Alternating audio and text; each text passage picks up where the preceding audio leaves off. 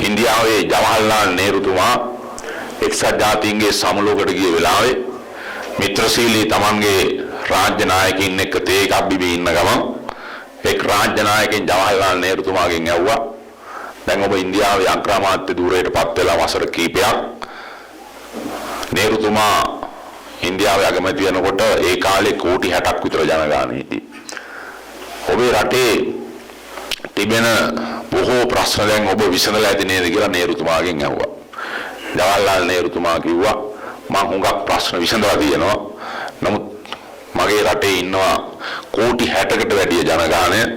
ඒක නිසා මට තවමත් විසඳිය යුතු ප්‍රශ්න 60 කෝටියකට වැඩි තියෙනවායි කියලා නේරුතුමා ඒ වෙලාවේ කිව්වා.